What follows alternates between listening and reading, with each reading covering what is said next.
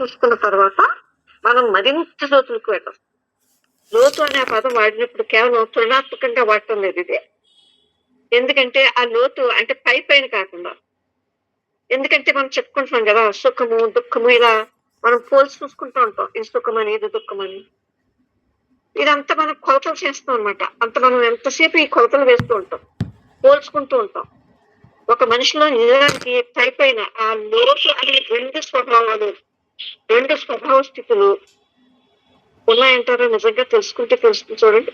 ఒక మనిషిలో నిజానికి పైన లేదా లోతు అనే రెండు స్వభావాల యొక్క స్థితులు ఉన్నాయా చూశారు. నేను నా మనసు సంకుచితమైపోయింది కాబట్టి, పరిమితమైపోయింది కాబట్టి అలా అన్నప్పుడు నాకు ఈ విషయం అంతా ఎలా తెలిసి వస్తుంది?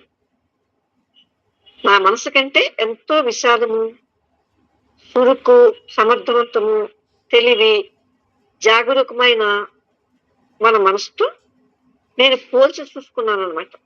ఇది నీకు అర్థమైందా? నీకు అర్థమైందా?